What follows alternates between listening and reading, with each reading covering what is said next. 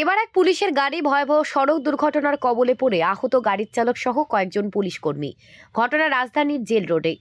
জানা গেছে পুলিশের জিএসপি গাড়িটি দুর্ঘটনার কবলে পড়ে। গাড়িটি দুর্ঘটনার কবলে পড়লে গাড়ির চালক রাস্তার পাশে ছিটকে পড়ে যায় এবং গাড়িতে থাকা কয়েকজন পুলিশ কর্মী আহত হয়। স্থানীয়রা ঘটনা প্রত্যক্ষ করতে পেরে আহত জিপসি গাড়ির চালক সহ পুলিশ কর্মীদের উদ্ধার করে জিবি হাসপাতালে পাঠিয়ে দেয়। এদিকে ঘটনার খবর পেয়ে পূর্ব আগরতলা থানার পুলিশ ঘটনাস্থলে ছুটে এসে দুর্ঘটনাগ্রস্ত পুলিশের জিপসি গাড়িটিকে উদ্ধার করে থানায় নিয়ে যায়।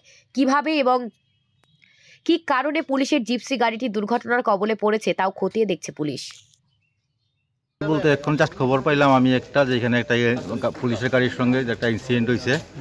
ওই অ্যাক্সিডেন্টটা অন্য গাড়ির লোক হয়েছে না কার লোক হয়েছে ঠিক করতে আমি পারতাছি না। আমি জাস্ট আইলাম, রাস্তার মধ্যে এখানে দেখছি পুলিশের গাড়িটা অর্ধেক ভাঙা, বোনার টোনার খোলা, সব খোলা।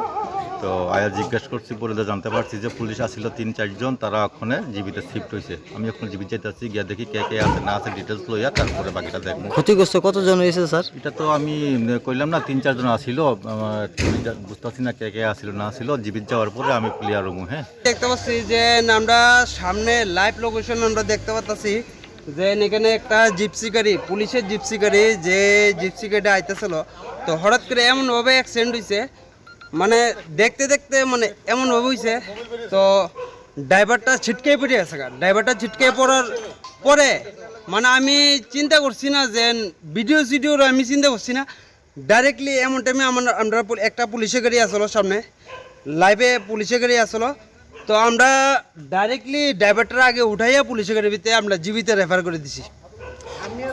এতটুকুই। তো অনেকে ভিডিও করতে আইছে কিন্তু ভিডিও করতে দিছি না।